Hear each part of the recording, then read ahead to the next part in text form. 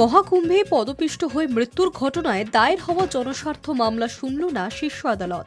কুম্ভে যা ঘটেছে তা অত্যন্ত দুর্ভাগ্যজনক বলে মন্তব্য করলেন প্রধান বিচারপতি সঞ্জীব খান্না।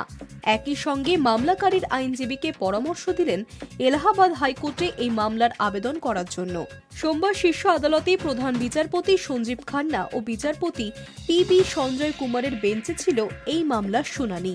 সেখানে মহাকুম্ভের ঘটনায় উদ্বেগ প্রকাশ করে প্রধান বিচারপতি বলেন, যা ঘটেছে তা অত্যন্ত দুর্ভাগ্যজনক, কিন্তু এই মামলায় বিচার বিভাগীয় তদন্ত শুরু হয়েছে ইতিমধ্যেই। এই ইস্যুতে আপনাদের এলাহাবাদ হাইকোর্টে দ্বারস্থ হওয়া উচিত।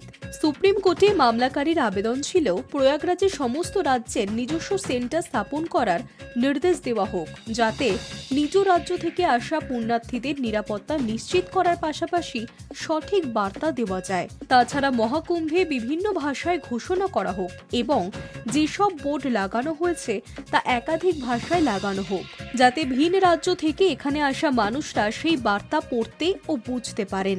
পাশাপাশি সব রাজ্য যোগী সরকারের সহযোগিতায় নিজ নিজ রাজ্য থেকে একটি করে ছোট মেডিকেল টিম এখানে কুম্ভে পাঠাক, যেখানে চিকিৎসকের পাশাপাশি নার্সরাও যেন থাকেন, যাতে জরুরি অবস্থায় চিকিৎসা কর্মীর অভাব না ঘটে।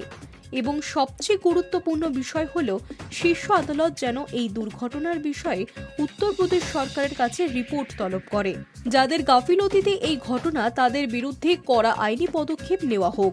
উল্লেখ্য, গত 23শে জানুয়ারি মহাকুম্ভে পদপিষ্ট হয়ে মৃত্যু হয়েছে বহু মানুষের।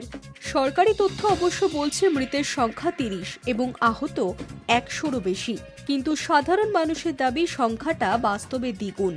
মৃতের সংখ্যার আসল তথ্য প্রকাশ করা হচ্ছে না।